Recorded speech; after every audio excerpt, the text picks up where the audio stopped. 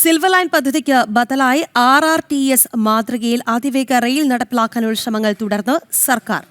Rapid റെയിലിന് അനുമതി തേടി മുഖ്യമന്ത്രി പിണറായി വിജയൻ കേന്ദ്രത്തിന് കത്തയച്ചു. DPR തയ്യാറാക്കാനുള്ള ഫണ്ട് തേടിയാണ് കേന്ദ്ര നഗരകാര്യ വികസന മന്ത്രിക്ക് കത്ത് നൽകിയത്. റാപ്പിഡ് റെയിൽ പദ്ധതിയുമായി മുന്നോട്ടു പോകാനാണ് സർക്കാർ തീരുമാനം. ഇതിന് അനുമതി തേടി മുഖ്യമന്ത്രി പിണറായി വിജയൻ കേന്ദ്ര സർക്കാരിന് കത്തയച്ചു.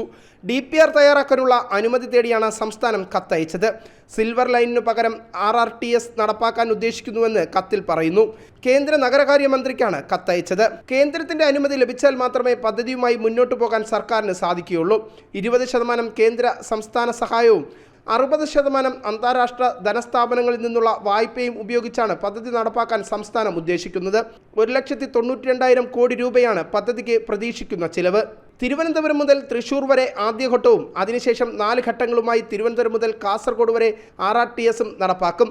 തിരുവനന്തപുരം മുതൽ കാസർഗോഡ് വരെ 583 കിലോമീറ്റർ പാതയാണ് ലക്ഷ്യമിടുന്നത്. അതേസമയം ഫെബ്രുവരി 3 മന്ത്രിസഭാ യോഗം എടുത്ത തീരുമാനം അതിവേഗം മുന്നോട്ട് നീക്കാനാണ് സർക്കാർ നടപടി. ഒപ്പം നിയമസഭാ വിജ്ഞാപനം പുറപ്പെടുവിക്കുന്നതിന് മുമ്പ് നടപടിക്രമങ്ങൾ പൂർത്തീകരിച്ച് ഉദ്ഘാടന മാമാങ്കം നടത്താനും സർക്കാർ ഇതിലൂടെ ശ്രമിക്കുന്നുണ്ട്. ജനം, തിരുവനന്തപുരം.